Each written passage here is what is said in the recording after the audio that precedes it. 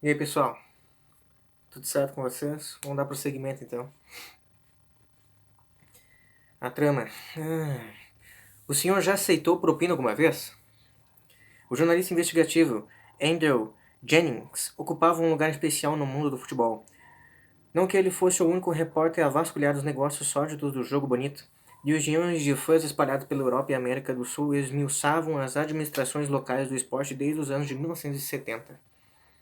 Porém, poucos tinham o mesmo ímpeto obsessivo para erradicar a corrupção ou o mesmo dom para o drama de Jennings. Estivesse no meio de uma multidão durante uma conferência de imprensa ou correndo atrás de um membro do comitê executivo pelas ruas, Jennings sempre encontrava uma maneira de chamar a atenção tanto para si mesmo quanto para os homens que investigava. Após anos cobrindo a corrupção nas Olimpíadas e escrevendo diversos livros sobre o assunto, Jennings se voltou para a FIFA, que recebia pouca atenção crítica da imprensa. Que achava o futebol um esporte entediante, não tardou em deixar claro que faria uma abordagem diferente. Em uma coletiva de imprensa gravada em vídeo logo após a reeleição de Blatter, em 2002, o jornalista, cujo típico uniforme de trabalho incluía uma camiseta, um colete de fotógrafo e botas de caminhada, em forte posição a estar rigorosamente formais da elite da FIFA, pegou o microfone. 2002, nós aqui com a seleção brasileira fomos campeão da Copa do Mundo. Head Blackley. Head Blatter, perguntou Jennings. De cabelos grisalhos, a voz aguda anasalada, o senhor já aceitou propina alguma vez? Foi esse tipo de interação televisiva e direta, ao lado de vários furos escandalosos, que tornou Jennings uma marca registrada.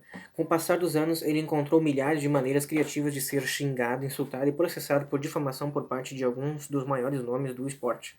Escreveu outro livro, recheado de revelações sobre os grandões do futebol, especialmente sobre Joseph Blatter e Jack Varner, gabando-se, a quem quisesse ouvir, de que a FIFA, cansada de suas artimanhas, finalmente o havia banido de todos os seus eventos. Com o tempo,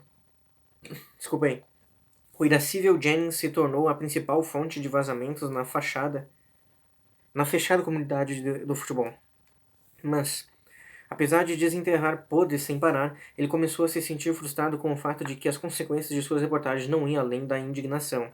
Na opinião dele, os homens que controlavam o esporte deveriam estar atrás das grades, porém, ninguém parecia estar prestando atenção. Então, no final de 2009, ele recebeu uma ligação de Christopher Steele perguntando se poderiam ter uma conversinha sobre o futebol.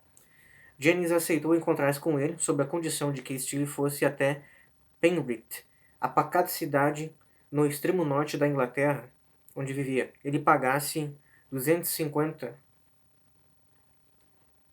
libras por seu tempo. Pouco tempo depois, Steele pagou a James uma viagem a Zurique, onde o jornalista encontrou-se com algumas de suas fontes futebolísticas e com quem já queria se encontrar de qualquer forma e fez um relatório cuidadoso sobre o que essas fontes lhe disseram. Os dois continuaram se comunicando por telefone e o ex-espião achou Jennings amigável e inteligente, apesar de Steele estar buscando informações aparentemente bem básicas. Estava claro que Steele tinha um cliente, mas ele nunca revelaria sua identidade a Jennings. Os contatos foram suspensos até o verão de 2010. Aqui estava em pleno vapor a Copa do Mundo de 2010, né? Da África do Sul. Quando Steele ligou para saber se Jennings poderia fazer uma viagem a Londres e encontrar algumas pessoas muito importantes. O trem de Penrith ao centro de Londres leva pouco menos de 4 horas. Durante a viagem, o experiente repórter não sabia o que esperar. Mas naquele dia quente de julho de 2010, ao entrar no escritório da Orbis Business Intelligence, no segundo andar de um edifício no bairro da Belgrávia, ele foi recebido exatamente como havia esperado por anos.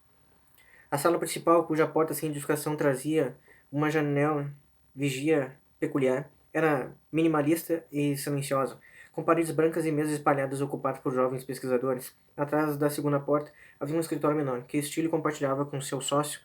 Lá dentro, o FBI o aguardava. Mike Gaeta, vestindo impecavelmente como de costume, irradiava experiência e autoconfiança. Seu sotaque nova-iorquino, que soava como se tivesse saído de uma série policial do horário nobre, fortalecia a impressão. Para James, o outro agente mais novo, cabelos curtos e olhos atentos, parecia ter saído diretamente do Corpo de Fuzileiros Navais e entrado no FBI. Um terceiro homem se apresentou como chefe da seção contra o crime organizado e extorsão do Departamento de Justiça de Washington. Os homens contaram a Jennings que eram especialistas em combater o crime organizado, com especial foco nos negócios russos e ucranianos. Recentemente, eles disseram, haviam se interessado pela FIFA e queriam saber se James poderia ajudá-los a acelerar as coisas e contar-lhes sobre a corrupção dentro da organização. James ficou tão emocionado que estava prestes a desmaiar. Até que enfim, ele pensou. Bem, fechamos aqui. Vou dar uma pausa agora e nós vamos continuar esse terceiro capítulo e essa trama aí. Até mais, hein?